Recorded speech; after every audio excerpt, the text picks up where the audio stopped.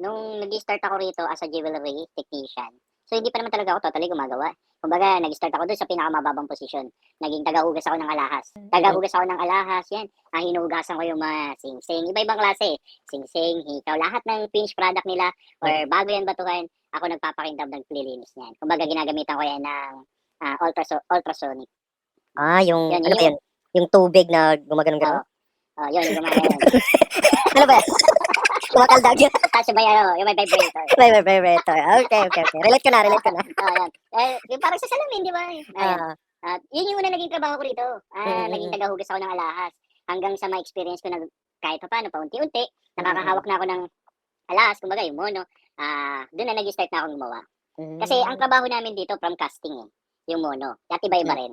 So siyempre bago ako, mahirap sa isang bago na pagkatiwalaan agad ng amo, Mm. lalo na kung ang trabaho namin alahas, 'di ba?